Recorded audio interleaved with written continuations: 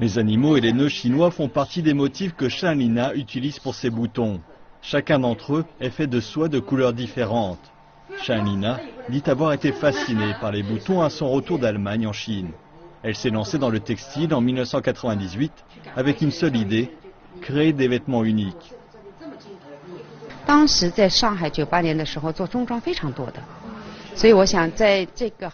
En 1998, il y avait beaucoup de tailleurs chinois à Shanghai.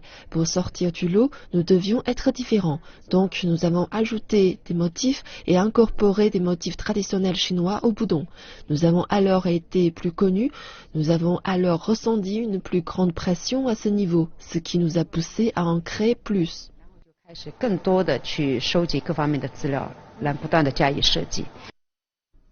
Ces 16 dernières années, Shan et son équipe ont créé près de 10 000 boutons, avec des thèmes allant des personnages aux plantes, en passant par les objets du quotidien. Elle puise son inspiration de la culture chinoise et de la vie quotidienne. Je veux relier toutes les choses pour représenter la chance dans l'histoire chinoise. Donc nous sélectionnons une chose symbolique de chaque dynastie pour faire des boudons, tels que du bronze des dynasties Shang et Zhou, des tuiles de la première moitié du XXe siècle et les véhicules qu'utilisent les gens à l'époque actuelle. Shan Lina explique que la patience doit être la principale qualité d'un fabricant de boutons et qu'il faut en moyenne 3 ans pour maîtriser ce savoir-faire. Puis, il faut plusieurs mois pour compléter une seule œuvre. Pour transmettre ce savoir-faire, son équipe organise des classes hebdomadaires dans des lycées et des maisons de quartier, même s'il ne s'attend pas à ce que beaucoup d'élèves décident de se spécialiser dans cette voie.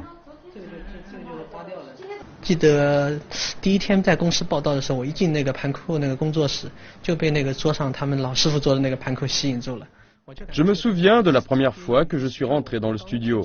J'ai été profondément attiré par les magnifiques boutons des professeurs expérimentés. J'ai trouvé cela plutôt intéressant et je ne savais pas comment ils étaient faits. Mais quand j'en ai appris plus, j'ai trouvé ça difficile et ennuyeux. Nous étions 3 à suivre les cours, je suis le seul à être resté.